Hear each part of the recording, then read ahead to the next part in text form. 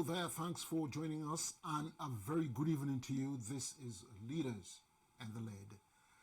Tonight, we shall be discussing leadership and so many other issues that border on what leadership is supposed to do that she is not doing. My name is Donald Weze, and I have my regular colleague on the desk, Vali Agado. Great to be with you again once more, Donald. Now, tonight we shall be fielding one of our leaders in the faith. Now, why do I say so? For so many years, I have heard the name of this gentleman, and I will allow Valia to introduce him. Then we will now get cracking on the job. Valia. The gentleman is by name the Reverend Gideon Mallam. Reverend Gideon Mallam has been involved in leadership with the International Fellowship of Evangelical Students and other organizations, local and global, for over 30 years. Gideon served as Regional Secretary for IFES in English and Portuguese-speaking Africa, EPSA. Between the years 2008 to 2017, his most recent position was an ambassador for IFES. 2018 to 2019 earlier, Gideon had served in different leadership roles, including Associate Regional Secretary for IFES in English and Portuguese-speaking Africa, IPSA. Between the years 2020 to 2008, he was National Director of the Nigerian Fellowship of Evangelical Students, NIFES. Again, within 1993 to 2020, he became Director of Campus Ministry. Within the years of 1989 to 1992, in addition to his full-time duties with IFES, he also served as International Deputy Director, Africa of the Lucerne. I'll take that again, pardon me. In addition to his full-time duties with IFES, he also served as International Deputy Director, Africa of the Lausanne Congress for World Evangelization. He is convener of the Langham, Nigeria Initiative for Expository Biblical Preaching. Between 2011 to 2012, he served on the International Board of Serving in Mission, SIM, International USA, as a guest member. Gideon is the Vice Chairman, Board of Trustees of the Mission Supporters League, MSL, and also on the board of SIM. WAMO West African Chairman, SIM Nigeria Work Group. He is involved with the Movement of African National Initiatives, MANI, where he serves as the Executive Coordinator of the Heads of Church Denominational Leaders Network. Gideon recently completed his term as Board of Trustee at the Chapel of Salvation, National Institute for Policy and Strategic Studies, NIPS, Kuru, Plateau State.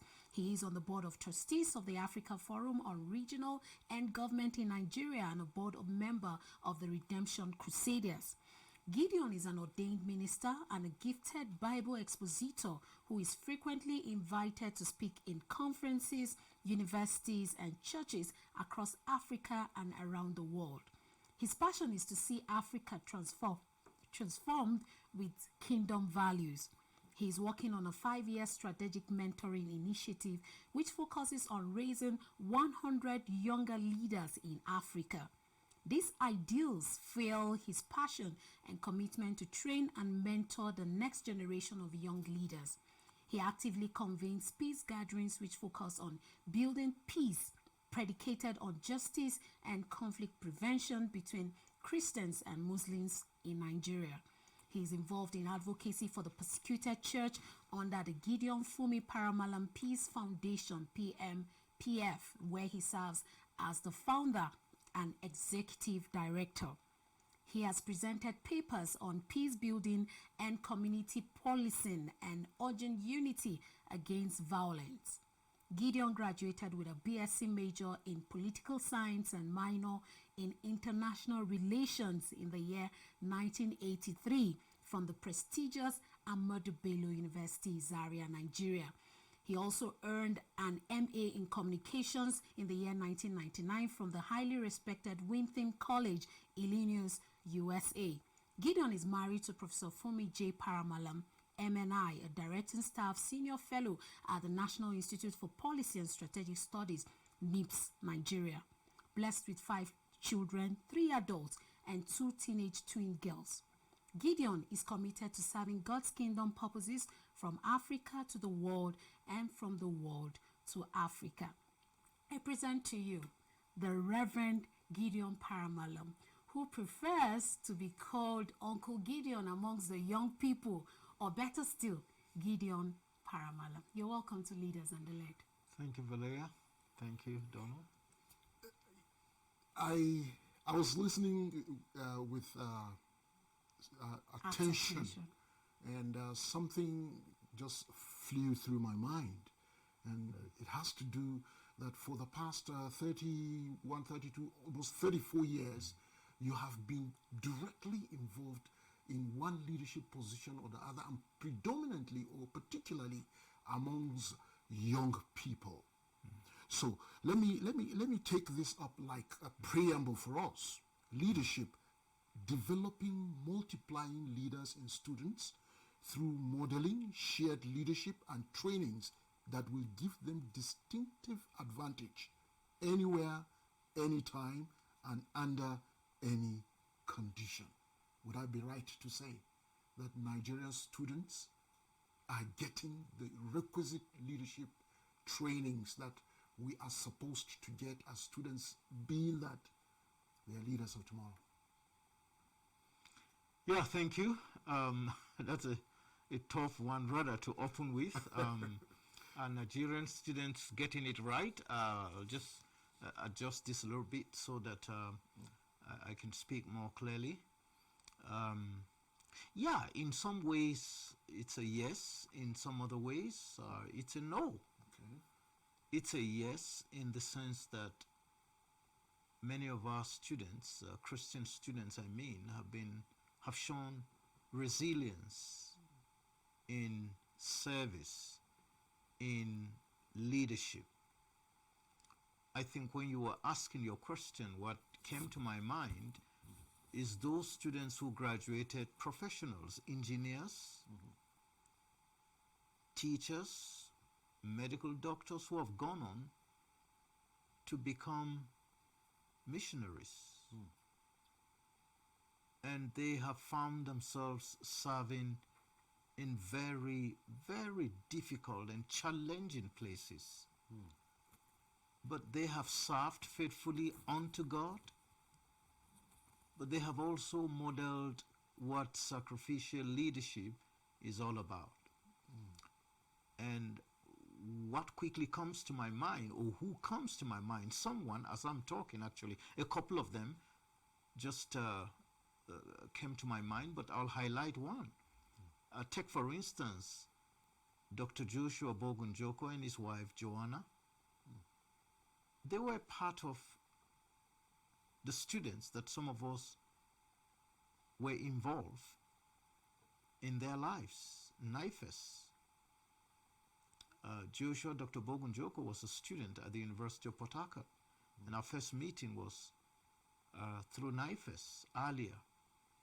But then he came to Jos, served in Jamkwanu, and he was quite dedicated as a missionary, as a worker, as a medical doctor. Yes. But I could never forget one time we used to meet to pray for missions, and then one of those days, Joshua said to me, Gideon, you know, I'm actually, bro, Gideon, I'm thinking I want to become a missionary. And I was like, a medical doctor? Now you want to be Become a a missionary? But then, of course, that's what we've been challenging them to do, to become. So he then joined EMS and got posted to Galmi in Niger Republic. Now, that's not a very simple place to go there to work.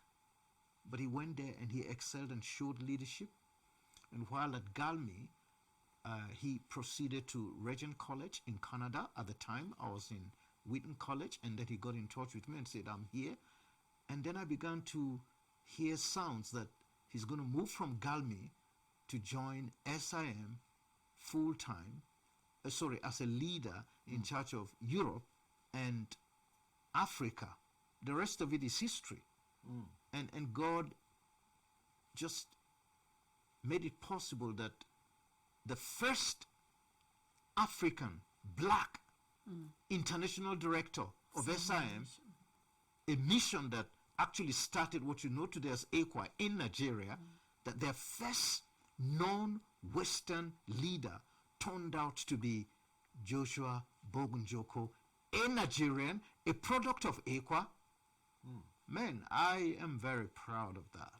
It's exciting to hear about Dr. Joshua.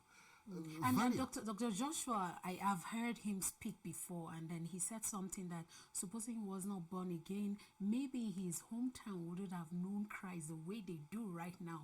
And that's a testimony on his part coming from you. Yes. Now, I want to jump in before Valia comes up.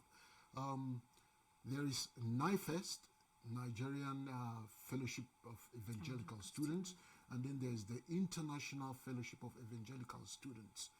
Would I be correct to say that NIFEST is like the junior brother of IFES?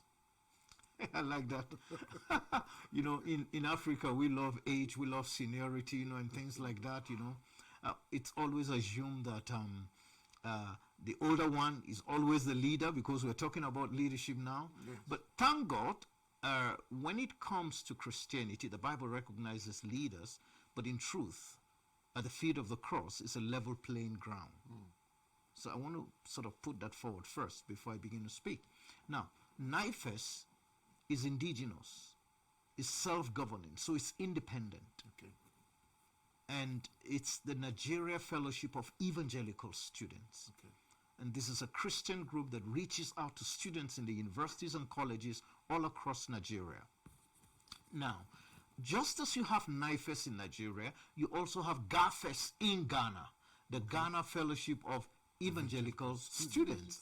And you have the same thing, ZAFES, Zambian Fellowship of Evangelical Students. And when you go to Kenya, it's called FOCUS, Fellowship of Christian Unions. Okay. Okay? Very close to FCS, you know what I mean? Yes. Yeah. Then you go to America, it's InterVarsity. Okay. Yeah. Christian fellowships. So you're having Christian fellowships across universities in the US. So it's called InterVarsity, the same thing in Canada. And then, you know, you go to Francophone countries. France is GVU, Group Biblique Union. So Group of Bible Study Union, direct interpretation. Okay. So you have all of these independent movements in the various countries. So in 1947, after the Second World War, the emergence of several movements like the United Nations, like the birth of several international huge organizations as we have them as they are today, God also was moving on the campus, and a group of students from Oxford, from other parts, from China, got together and said, hey, let's have a student body that brings all Christian students together around the world. So in some countries, groups like NIFES had already existed. Okay. So if you're going to be strict on history, they are older than IFES that just came on the scene in 1947. Okay. So now, how did we work around that? Because everything about God's kingdom is partnership. Okay, that's where the attributes of a leader sets in. Yes. What attributes did you bring into play to make this work? Christ, humility. Period. I mean, it's just you know, never all this air of I'm older than you and so everything you must come under me. You know, it's not that age should not be respected, but we should never use it as a weapon. Okay, so basically it's partnership. What you have is it's partnership. So NIFES is affiliated to IFES just as the others. And believe you me, we don't come in terms of the international director is now here, so everybody has to cringe and go under the table. We don't do that. Let me follow your line of thought, because when we fielded Professor Fumi Paramallam in our previous episode of National Talk, one of our viewers from Benue State sent in a question.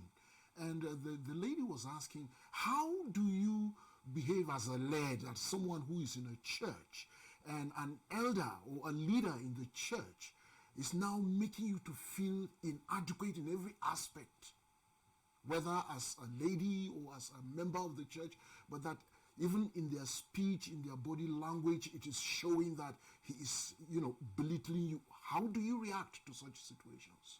Well, again, it's the same secret that I told Valeria because it's close to her question. I think the best model of leadership, it's a leadership that is built or that's centered around humility. That you are a church elder does not make you a super member of the church.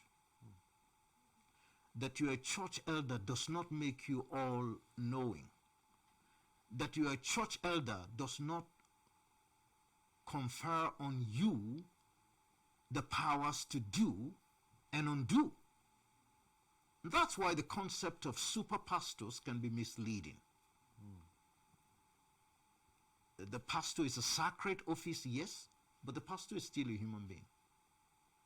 And that's why people are encouraged to serve with humility. So basically, a church elder that would make other members feel belittled, it's not the best way to go. I think if anything about leadership, who the best model leader that I've always had and has always inspired me is the Lord Jesus Christ himself. All right. I will interject here, sir, because I want us to go on a break and we shall come back very shortly. Don't go away. We have the very Reverend Gideon Mallam in the house. Stay with us. Leaders and the Led shows every Tuesday and Saturday by 7:30 p.m. on ECWA Television Africa, with repeats on Thursdays and Mondays 1 p.m. Keep watching Leaders and the Led on ECWA TV Africa.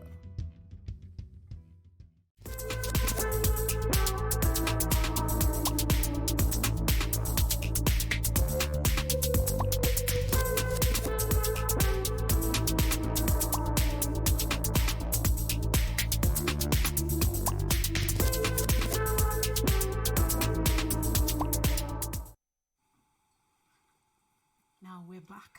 Okay, you're welcome back. If you're just tuning in, it's Leaders and the Led, and we've been discussing very, very important nuggets as it affects leadership and people who are being led. Now, just before we came on set, Uncle Gideon, there is this issue that I know a lot of viewers out there would want you to address. Everywhere you go in the Nigerian nation, you hear people, politicians, the technocrats, the private businessmen, market women, everybody is shouting, we have a problem of leadership. We have this problem of leadership from all over the place. Now,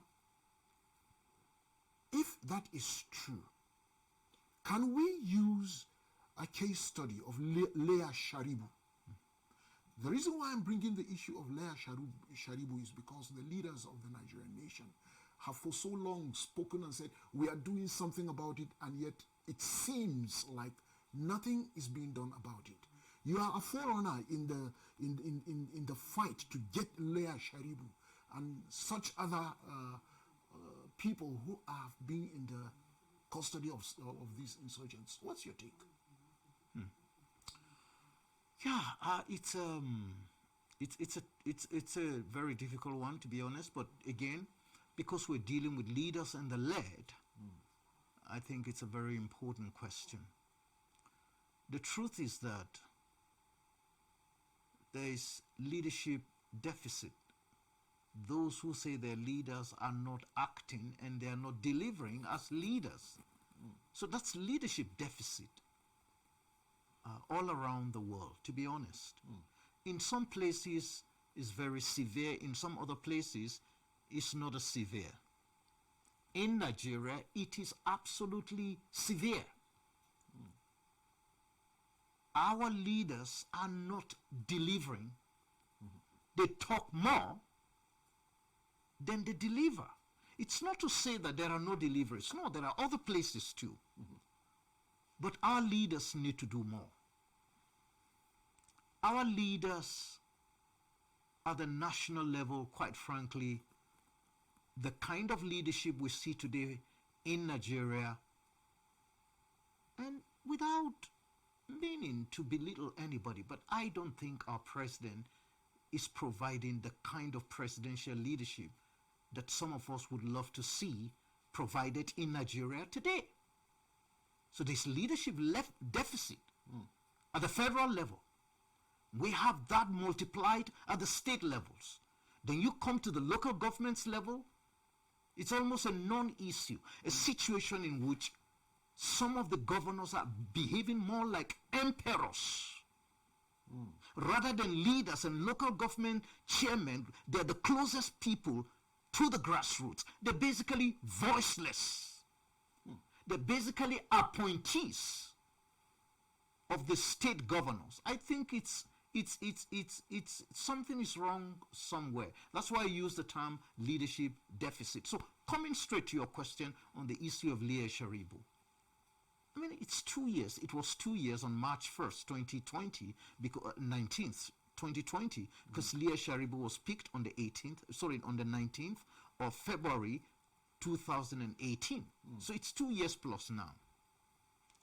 And like you said, rightly observed, all we're having from the presidency, it's a catalog of failed promises. And somebody should not tell me or tell us as Nigerians that it's difficult, because you never admit that anything is difficult.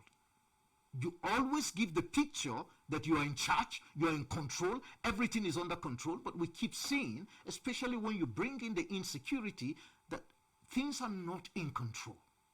All right, Valia, you may have a follow-up question. Yes, what should we do? We have a problem at hand. What should we do to correct the problem of leadership in Nigeria today? I think I've said it in one of my interviews. That interview was with Daily Telegraph, or it's one of those papers in the country, either Lagos or somewhere. I'm trying to remember, but it's simple. The truth is that the leaders in Nigeria, particularly the political leaders, they need to come clean and just admit that they do not have all the answers, humble themselves, and listen to what the people have to say. Nigeria is blessed with so many intelligent people. We're not just talking, it's real. Please excuse me, Valia. There are many Nigerians that have gone to international organizations and they have excelled and made it. Why is it that it is at home that they will always not make it? What's so wrong about the Nigerian leadership context? That delivery, it's not forthcoming, that output, it's not as expected when you go to other climes. And permit me, Femi Adesina, that's the president of the African Development Bank. It's on record, even though I hear that there are all sorts of things around him, that's part of the around him and things like that. But the truth is that since when he assumed the leadership to be president of the African Development Bank from 2015, the bank has grown significantly. He's been able to provide help for African countries, poor countries, struggling countries. He's helped them. What the World Bank will do, what the IMF will do, they give you loans, and those loans will stifle your growth as a nation. My understanding is that Femi Adesina has been able to do a lot to help struggling countries in Africa, struggling economies in Africa. There are all sorts of dynamic programs he's introduced as that president. He's a Nigerian. Yes. Now we are talking of Femi Adesina. Now let me take Femi Adesina out of the picture for a moment and look at the political leadership and the direction that the Nigerian nation is going. We have the Conference of United Political Parties in Nigeria. And we have also all-party parliamentary group for international freedom or belief that exists in some other clime, to be precise, the United Kingdom. I want to ask this question. Can you look at them from your crystal ball, excuse the crystal ball in my statement, and tell me, Is there light at the end of the tunnel? Considering in the recent past what APPG has brought out like a document. Yeah, well, you talked about crystal ball. I know it's a joke, but the truth is that the crystal ball of leadership, if that's what you mean, but here, the Spirit of the Lord is leading us. Yes. But yes, I get where you're coming from. The truth is, the conference of all political parties in Nigeria, the sad thing is that almost all the political parties are exactly the same. The same self-centeredness, the same corruption, the same lack of internal democracy. If you can't even govern yourself, if you can't even obey simple rules as a political party, how can you govern the country? How can you lead the country? So that's the problem. There's a lot of indiscipline in many of the political parties. We're told that, okay, PDP was a bit in a party that was without discipline. They were dictating who the candidates would be. APC came and you thought it's going to be the change. A change is the same imposition of candidates. You go to the smaller parties like the last elections, some of those who were presidential candidates, their parties even disowned them. Their parties even went into alliances with other parties and they got to hear through TV. That's indiscipline of the political class in Nigeria. So when you ask that important question, is there light at the end of the tunnel? Then the spiritual man in Gideon comes out. I naturally am always an optimist. And I kind of believe that in spite of all these rotten challenges that we're experiencing, that God will one day bring Nigeria out of her leadership mess or her leadership deficit. So I'm hopeful. Amen. Now, you just gave a brilliant example of the all-party parliamentary group, a group of parliamentarians in the UK Parliament that got together and worked to look at the issue of Nigeria's gradual slide to genocide. And they issued a major report that came out yesterday, the 15th of June, 2020, in which they recognized that the killings in Nigeria ought not to have continued to this point. In which they also recognized that Christians are indeed being persecuted. By the way, the federal government has admitted that at some point. They've always been on denial, so let's give them the credit of admitting that, yes, Christians are being targeted. Christian communities are also being targeted. Christians targeted by Boko Haram, Christian communities are frankly being ravaged, destroyed by Fulani herdsmen. That's a fact. You go to Irigwe land just here. You go to Adara land just there. I mean, in Kaduna State. Now, I know that there are always the arguments that it's not just the indigenous ethnic nationalities that are being killed. Fulanis are also being killed. And for me, as a Christian, all lives are important. Don't kill an Irigwe man. Do not also kill a Rokuba man. Do not also kill a Birom man. Do not also kill a Fulani man. That's my belief. That's what I'll continue to promote. That's what our peace foundation is committed to promoting. So just like Black Lives Matter, that's the vogue now all over the world. Since the killing of George Floyd, Black Lives Matter. The truth is that all lives matter. Now, again, I would like to shift a bit, and then there seems to be we have always grown up to hear that leaders or the young people are the leaders of tomorrow. Just in 1 minute, I need you to help us understand if there is hope for these young people. If they eventually emerge as leaders in Nigeria, do you think the polity and things will change positively? Okay, so it ties in again, is there hope? And I'm trying to say to him, by God, there is hope. We shouldn't give up. So now, what about the young people? I've worked with young people all of my working life. when I graduated from the university at the young age of 23, believe me, I've been working with young people until I retired at the age of 60. And I've discovered that some of the young people who have gone into politics as new breed politicians, some of them are even worse than the older people. But should I blame those young people and say there's no hope? No. Because the young people, unfortunately, I have to put it here, they are actually corrupted, being corrupted by the older people. The older people will just need to hand over to the younger people. Don't tell me that until you're 75, you're still there as president. Please give space for younger people to come. We might see a difference. I know the younger people, now they started to corrupt some of our young students way back on campus.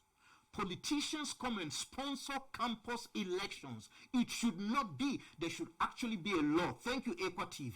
And I'm proposing that there should be a law making it a crime, a criminal offense for politicians to go and be sponsoring student union elections on campus. All right. On that note, I'm going to break again. We are going to take a break and then come back. Now, on the bounce back, we are going to put the phones on so that our viewers can also field questions and even contribute to this discussion that we're going on. That's going on here. Viewers, don't you go away. We shall be back in a moment. It's Leaders and the Lead. Leaders and the Lead shows every Tuesday and Saturday by 7:30 p.m. on ECWA Television Africa, with repeats on Thursdays and Mondays 1 p.m. Keep watching Leaders and the Lead on ECWA TV Africa.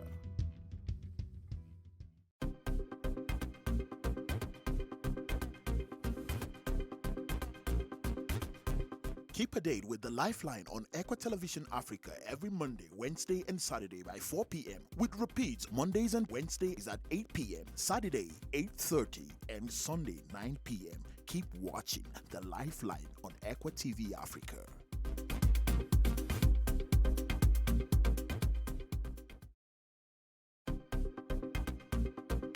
Keep watching ECWA Television Africa for wonderful and inspiring episodes of The National Talk every Thursday and Friday by 8 p.m. with repeats on Friday by 1 p.m. and Saturdays at 8:30 a.m. Keep watching National Talk on ECWA Television Africa.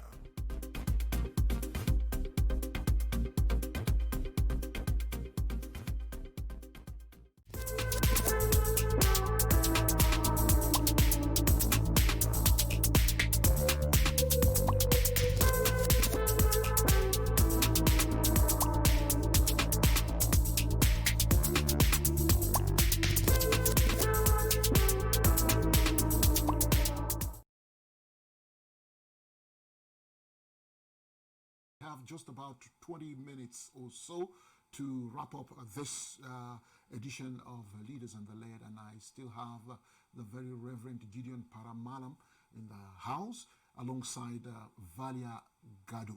Now, the lines are on, and I encourage you to call in and contribute, but like I would always say, please, when you call in, before you do that, make sure the volume of your television set is at the low position so that we can have a fruitful conversation with you. And if you must allow your television set to be still on, then go as far away as possible from that set so that we can still talk. That's the law. If I venture hear my voice in the background today, I'm not going to be lenient. I'm going to just cut you off. I hope we would understand each other and still have a good discussion. Valia. Yes, still on the issue of the young people having hope in the young. What's your take on it? You established a point earlier. I need you to complete it before the calls start coming in. Yeah, it's just to say that the young people need to be given a chance to lead. The young people need to look at other better models of leaders, not some of the leaders that we're seeing right now. And the salvation of this country, quite frankly, would lie on the hands of the young people if they care, if they love this country enough. And I know some of them do. All right, our first call is coming in. Uh-oh. Hello? We just lost it. I just lost it. It just blinked a little bit and then went off. Continue, sir. Yeah, I mean, there's hope. And I know that the young people can bring the desired change if they're mentored. All right. So those... Hello? Hello? Hello? Hello? Okay. Hello, good evening. Good evening, sir. Good evening. How are you? It's unfortunate. We can't get you. The network is a little bit bad. So call again, please. Hello? Hello?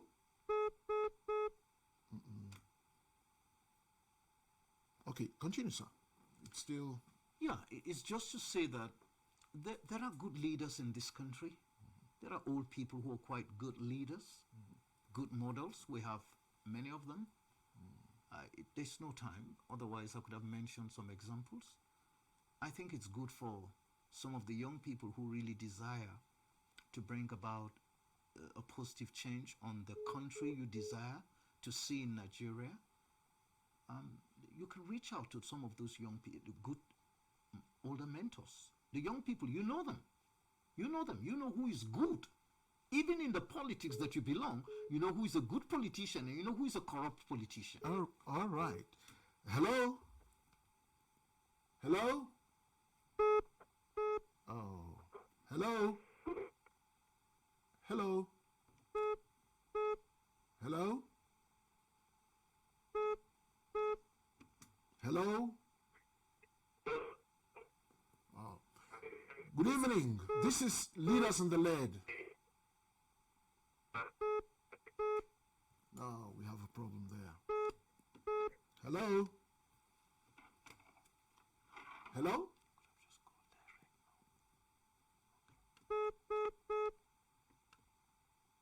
Hello? Hello? Hello? Aha, yes. Good evening. Good evening, sir. Yes, you are the first caller today. The others have not been able to come through. Who is talking with me? The call just ended. Guess we're having network issues this evening. Yes. It is. Okay.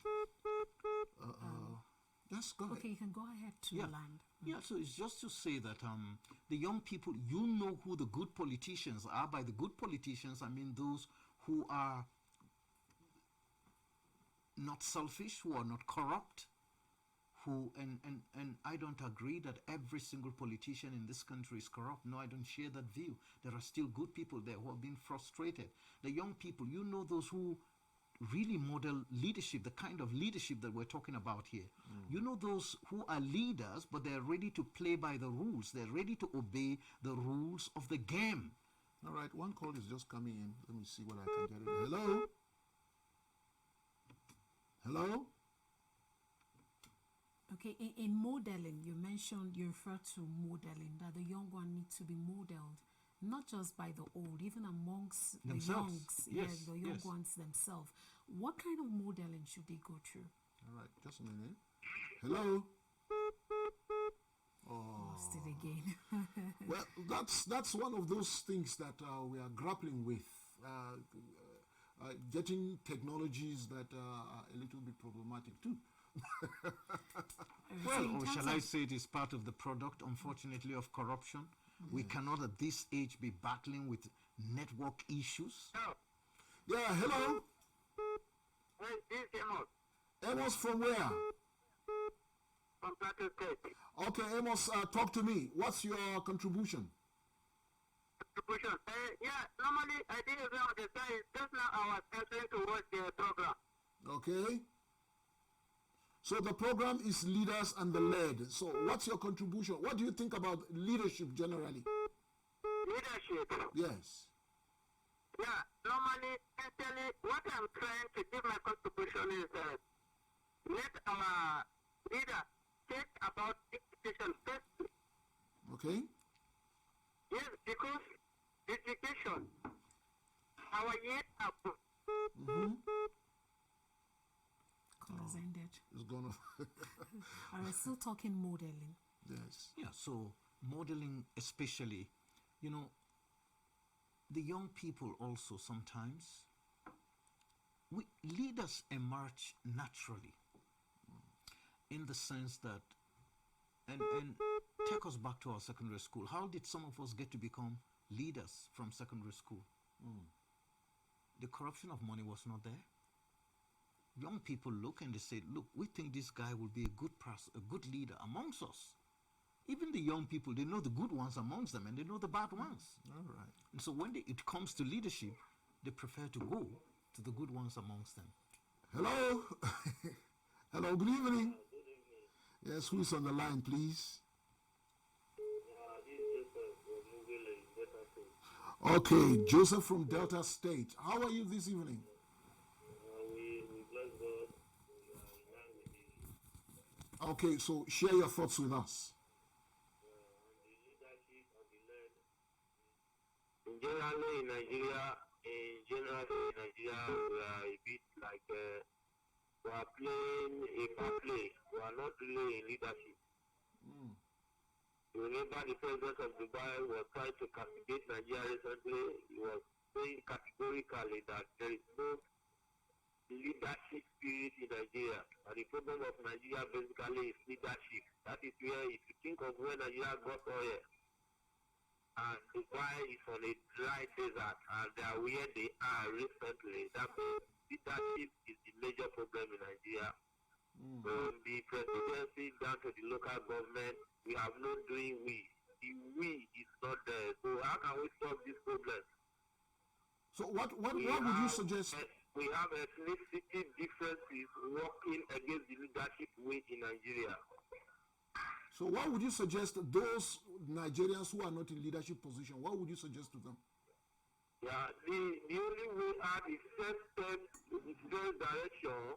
The first direction, we should dissolve what this we call political parties. Dissolve the multi-political party and bring into political party system in Nigeria. If you are not here, you are there. If you are not there, you are here. We should stop deceiving ourselves. We have like 40 political party where the leadership struggle problem is found around the 98 political party. The doing we is not there. The problem of Nigeria is ethnicity problem. One tribe trying to dominate another tribe. That is just what we are playing. That is why when I vividly watch the video of the president of another country giving analysis of Nigeria problem, I went for myself. All right. So thank you so much for your contribution, and we hope that those who are there would have listened and started doing something about it. Uncle Gideon. You have another call. It's on. Yeah. Hello. Hello. Hello. Hello. This is Justin Amadu from Adamawa calling. Okay, Joseph Amadou from Adamawa. How are you? Good evening. Good evening, thank you. I want to contribute. Go ahead. Leadership needed. Go ahead. It is my wish that our leaders should show a good example the way they should lead. Okay. And also they should remember that seat they are sitting, they have to lead that seat to the future leaders. Because when we are in primary school, they say future leaders. When we grow, and we have to lead. So I think there is need for our leaders to leave that seat for the future leaders to lead, please. Okay. Yeah, thank you. Thank you. Yes. Thank you, Lord. God bless you. Amen. Uncle Gideon. Yeah, so I think basically what I was just saying is that going back to secondary school, we knew how to choose our leaders. So you look for those leaders who are selfless. You look for those leaders who are more caring of the others. You look for those, even your own mates, those who have vision, those who have a deep sense of values. And we tend to vote for them. And so it's to encourage what are the virtues of good leadership. Selflessness stands out. Humility is another. Not somebody who will not steal from the common purse to his private purse. Okay, let me take this call. Hello. Hello, good evening, sir. Good evening. How are you? I'm fine, thank you. All right. We have Reverend Mallam in the house, and he's talking about leadership. And he just mentioned something very important that I would like you to make comments on. He said our leaders have to be humble. They must not have itchy hands, dipping their hands into the common purse. They must have humility and such other qualities. What would you want to say? Well, actually, I quite agree with what the person there is saying. Actually, I agree with it. Because humility and all these are very, very important. And we cannot deny the fact that we have good leaders. There are good leaders over there. But one of the biggest challenge that I have seen in our leadership here in this country is that no matter how good you are, no matter the quality of leadership you have, if you don't belong to a clique, to their own clique, you can never have an opportunity to lead. That is the biggest challenge that I have seen in this country. There are cliques, there are groups, and this one is not just happening in the government. Even in the church section, you will see if you don't belong to a particular clique, you will not be given a chance to lead. So I think one thing we need to fight against in our political system and even in the churches is this issue of clique. Where is this clique coming from? And I plead with the resource person there in the studio. I think this is one of the main points that we need to emphasize on it. Let's disregard this issue of clique. Thank you, sir, for having me. Thank you so much. Whoa. People are bringing out issues that you see, it's not only on the political terrain, but also from within the church. Yes. Yeah. Go ahead, sir. Go ahead. Yeah, I mean, the last questioner and his contribution, I think I totally agree with, which is also the same with the first guy who got through by talking about tribes and things like that. But please permit me, those are honestly symptoms. It's the underlying issues of leadership that is the basic thing to me that matters. In the Bible, you had people who actually were ethnic in their orientation or cliques in the way that he put it. Simple. Acts chapter 6, the Hellenized women, the Jewish women, where the Hellenized women felt that the Jews were favored against the Greek. Yes. And what did the apostles do? Because they were very honest men, committed to God, they simply brought themselves together. And they said, no, let's appoint men. That's how Stephen got chosen. But men who are full of wisdom, three things: wisdom, men who are full of good report, and men who are full of the Holy Spirit. Three: wisdom, good report, that's character, full of the Holy Spirit. And immediately they did that. They said, okay, let's get them to be in charge of serving tables in terms of food and the rest of it. That's why I say issues of cliques, they're more of symptoms. When people are genuinely committed to God, there will be no room for clique in the church. So what you see as cliques in the church is a manifestation of the absence of God, godliness in the lives of the leaders. So let's go deeper so we don't scratch the surface. Now, can we replicate what you have just said? Wisdom, character, and the Holy Spirit. Holy Spirit. Can we replicate that in the body polity? Yeah, exactly. So that's where I was going towards. Because Jesus said in Matthew chapter 5, from verses, when you go to verses 11, 12, and 13 through to 15, yes, you are the light and the salt of the world. Hello? Hello? Hello? Oh, you are the light. The light and the salt of the earth. So basically, Christians are supposed to season the society. So when Christians get into politics, they are supposed to be that light, that salt, that good example, that manifestation of wisdom. All right, let me see what I can get this one. Hello. Hello, good evening. Good evening, sir. Who is talking with me? Is this the live program? Yes, this is the live program. Leaders and the Led from ECWA TV. Okay, I want to contribute. Thank you very much for this program. All right, thank you so much. Who is talking, please? Hello? Hello, this is from Samabo, Delta State. Okay, Yeah, I really appreciate the program. go ahead. Talk to us. Okay, so the program is really interesting. I really appreciate it. So, Okay, yeah, thank you very much. thank you so much. Okay. Yes. Okay, he's that's calling just to say- commendation. to Yeah, comment. which is Yes. good, yeah. Yes. And in replicating this, there is the issue of having resources. A lot of times you see good people who are willing to self-sacrifice, who are willing to go places for other people. And then when they come on board, most of those people don't have much resources to back them up to those leadership positions. And then they lose followership in terms of financial resources. Could it be closely related to the times we're in the end times? Wow. It's very theological.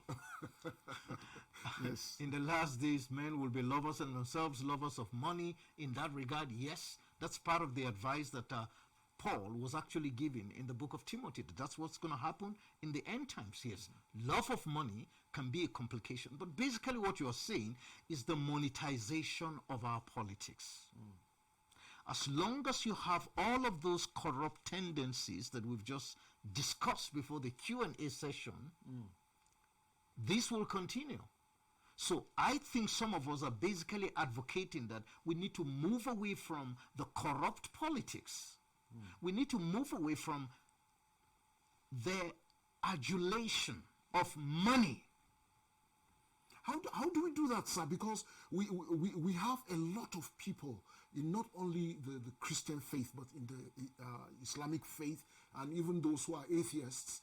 A lot of them are involved in political activism. And these crop of people are the ones that find their ways into political offices. What should we do as the individual faiths?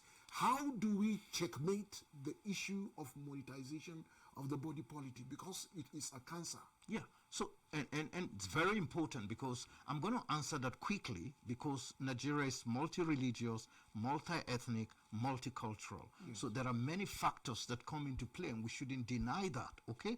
So because I want to say something about the Rwandan president, but I come back to what you've said. Is it possible to be a Muslim and to be a good politician in this country? Yes.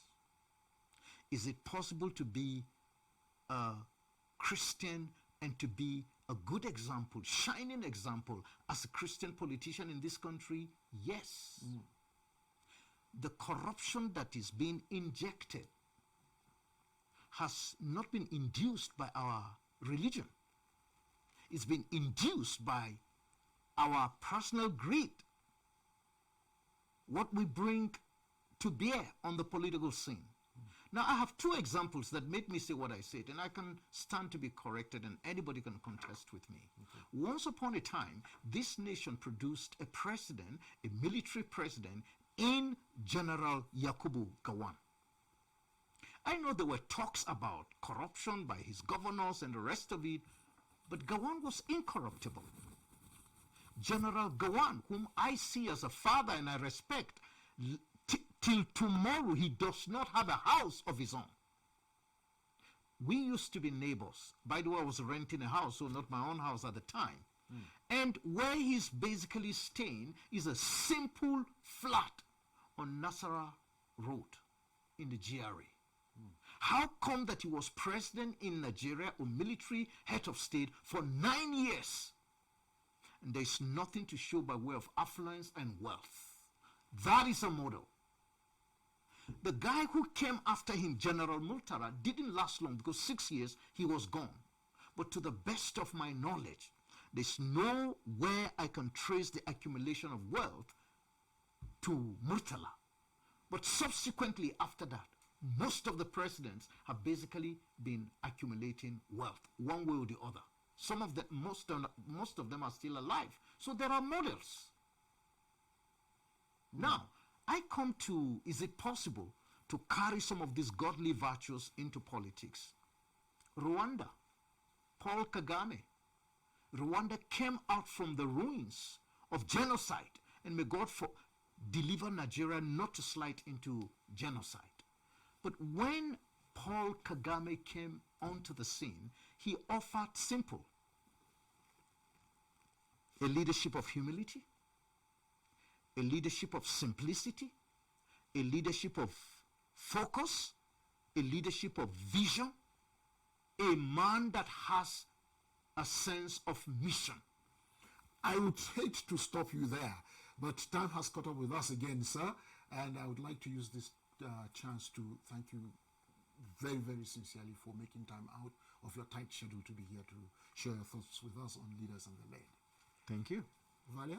My pleasure. Well, coming from a young person to an elderly man who is a model, I would say, oh Lord, dear Lord Jesus, bless his pursuits and grant him grace to achieve that which he has in his mind for young people. Thank you so much for coming on Leaders and the Led. Amen. Uncle Thank Gideon Paramala. Thank you. From this end, don't play pranks. You know, the Bible says something. That which you know is right for you to do and you don't do is considered a sin. Do that which is right. From Leaders and the Led, we'll see you next time on another package. It's bye from all of us.